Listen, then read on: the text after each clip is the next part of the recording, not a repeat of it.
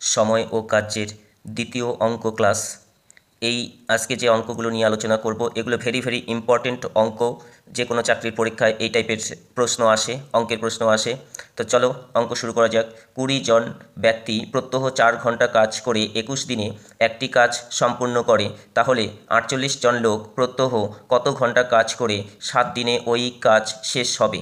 তাহলে প্রথমে আছে কত? 20 আছে, তাহলে এখানে 20 লিখো। তারপরে কত আছে? 4 ঘন্টা আছে, 4 মাঝখানে লিখো। তারপরে কত আছে? 21 দিনে করে, তাহলে 21 সবার শেষে লিখো। এরপরে বলছে 48 জন, তাহলে জনের নিচে জন লিখো, অর্থাৎ এখানে 48। এবার 7 দিনে, তাহলে 21 দিন, এটা দিন ছিল, তাহলে এখানে হবে 7, আর এটা নির্ণয় করতে হবে। এবার এখানে চলে আসো। কালকে বলেছিলাম যে প্রশ্নবোধক চিহ্নের উপরের সংখ্যাটা এখানে লিখতে হয়, ইনটু চিহ্ন দিয়ে দাগ দাও। এবার 20 জন লোকের 4 ঘন্টা করে কাজ করতে সময় লাগে, তাহলে হচ্ছে 48 জন লোকের কম সময় লাগবে। তাহলে কম সময় যদি লাগে, এটা কমে যাচ্ছে, এটা বেড়ে যাচ্ছে, অর্থাৎ 20 উপরেই থাকবে, 48 নিচেই থাকবে।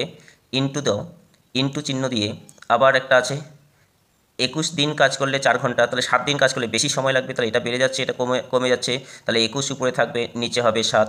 7 দিয়ে 21কে কাটলে হবে 3। এরপরে এই 3 দিয়ে 48কে কাটলে হবে 16। 3 দিয়ে 48কে কাটলে হবে 16। এবার এই 4 দিয়ে 16কে কাটলে হবে 4। এই 4 দিয়ে আবার 20কে কাটলে হবে 5। তাহলে সমান সমান পাওয়া যাচ্ছে 5। অতএব সঠিক উত্তর হবে অপশন এ, 5 ঘন্টা, অর্থাৎ প্রত্যহ 5 ঘন্টা করে কাজ করতে হবে। রাম ও নিমাই একটি কাজ যথাক্রমে 25 দিনে ও 30 দিনে সম্পূর্ণ করতে পারে। তারা একত্রে কাজটি শুরু করে, কিন্তু কাজটি শেষ হওয়ার 8 দিন পূর্বে রাম চলে যায়।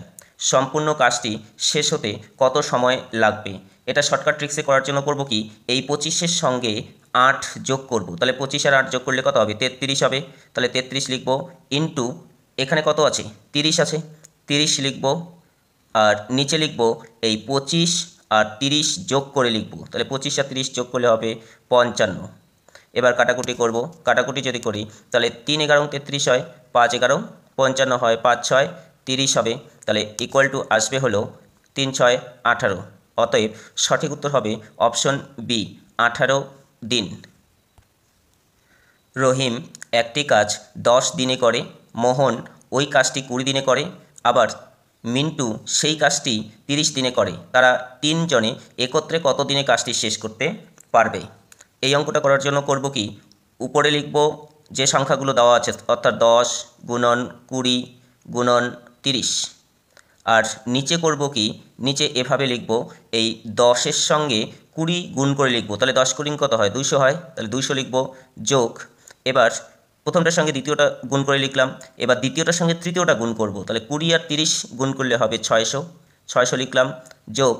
এবার হচ্ছে তৃতীয়টা আর প্রথমটা গুণ করে লিখব, তাহলে 10 আর 30 গুণ করলে হবে 300। তাহলে আমরা পাচ্ছি এখানে ইকুয়াল টু দিলাম, আবার উপরে আছে 10 গুণন 20 গুণন 30, আর নিচে হচ্ছে 200 আর 600 যোগ করলে 800, 1100 হচ্ছে, 1100। এবার নিচের 2 শূন্য উপরের 2 শূন্য কেটে দিলাম, নিচের 2 শূন্য উপরে 2 শূন্য কেটে দিলাম, তাহলে কি আসবে?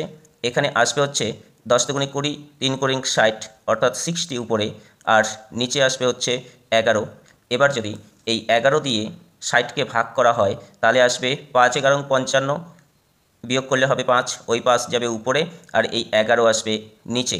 অতএব সঠিক উত্তর হবে অপশন ডি, 5 পূর্ণ 5/11।